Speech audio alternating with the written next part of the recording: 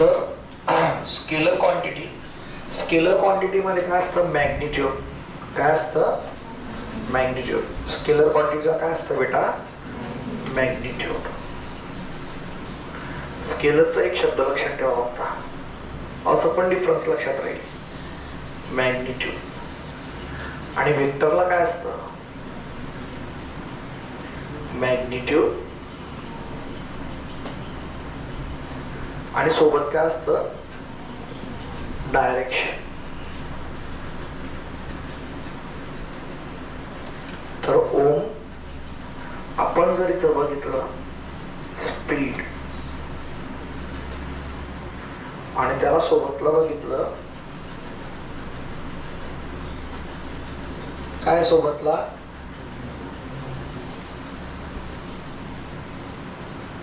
Velocity.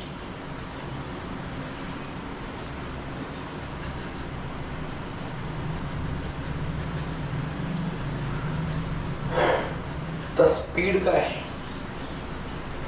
स्पीडच्या आधी आपल्याला काय शिकवलं गेलं डिस्टन्स आणि डिस्प्लेसमेंट. डिस्टन्स काय आहे स्केलर क्वांटिटी आहे.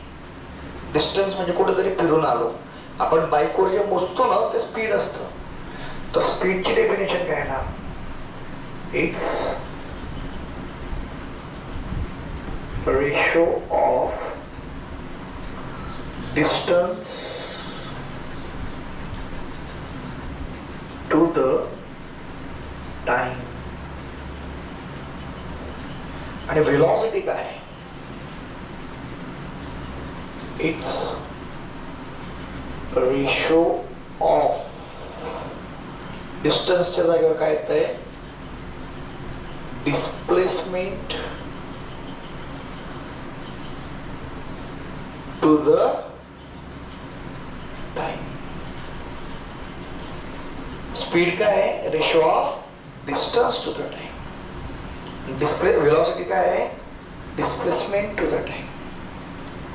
सेकंड ही कुठली क्वांटिटी आहे इट्स अ स्केलर क्वांटिटी. आणि हे काय आहे इट्स अ वेक्टर क्वांटिटी. म्हणजे याच्यात डायरेक्शन महत्वाचं आहे. याच्यात डायरेक्शन महत्वाचं नाही, याच्यात फक्त किंमत माहिती आहे. याचं युनिट पण मीटर पर सेकंद आहे, याचं पण मीटर पर सेकंद युनिट. पण अंतर हे जे डिस्टन्स आहे आणि डिस्प्लेसमेंट काय सांगितलं कमीत कमी अंतर. तर कमीत कमी अंतर मध्ये जे येणार ते काय येणार म्हणजे इनिशियल अँड फायनल पोझिशन यांच्यामधलं अंतर जर चेक करतोय तर व्हेलॉसिटी. समजलं का केफ इनिशियल आणि फायनल मध्ये जे चेक करतोय ते काय आहे व्हेलॉसिटी. आणि फक्त फिरतोय म्हणून चेक करतोय तर ते काय आलं स्पीड. समजलं डिफरन्स. मग त्यांनी काय दिलंय बघा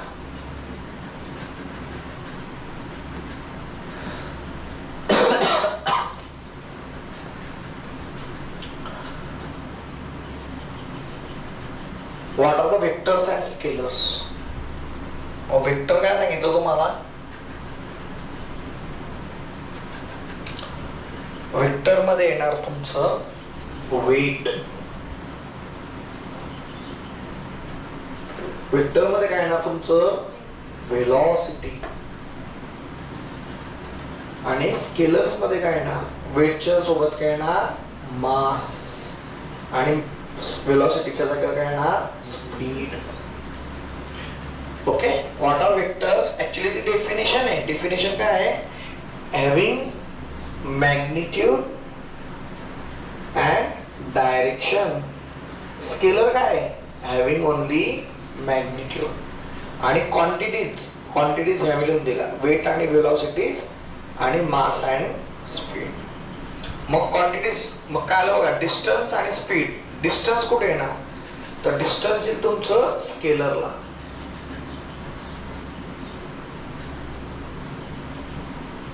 डिस्प्लेसमेंट कुठे येणार तर इथं बघा डिस्टन्स कुठे आलं स्केलर मध्ये.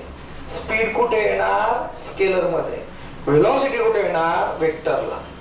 नंतर टाइम अँड डिस्प्लेसमेंट टाइम कशात येणार आणि velocity. Time and displacement are scalars and which are vectors. तर टाइम जे आहे ते पण तुमचं कशात येणार वेक्टरमध्ये आणि डिस्प्लेसमेंट कशात येणार वेक्टरमध्ये. कारण टाइम डेफिनेट चालतंय ना डायरेक्शनने. कळतंय. सॉरी टाइम तुमचं स्केलर क्वांटिटी त्याच्या डायरेक्शनला काही अर्थ नाही. किती वेळ झालंय तर टाइम कशात आलं स्केलर. त्याच्या डायरेक्शनचा काही संबंध नाही. 1 तास 2 तास 3 तास 10 वाजले 11 वाजले 12 वाजले त्याच्या डायरेक्शनचा काही संबंध नाही. तर टाइम कुठे येणार स्केलरमध्ये. तर मास स्पीड डिस्टन्स टाइम हे कशात आलं स्केलरला. वेक्टरमध्ये काय आलं डिस्प्लेसमेंट वेट वेलॉसिटी. ओके. काय म्हणतात आहे असते.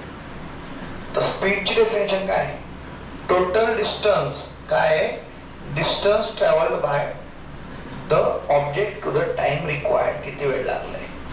आणि डिस्प्लेसमेंटचं काय वेलॉसिटीचं काय डिस्प्लेसमेंट टू द टाइम. ह्या डेफिनेशन्स मी उद्या लिहून देईल. फक्त तुम्ही घरून व्हिडिओ बघायचा आहे.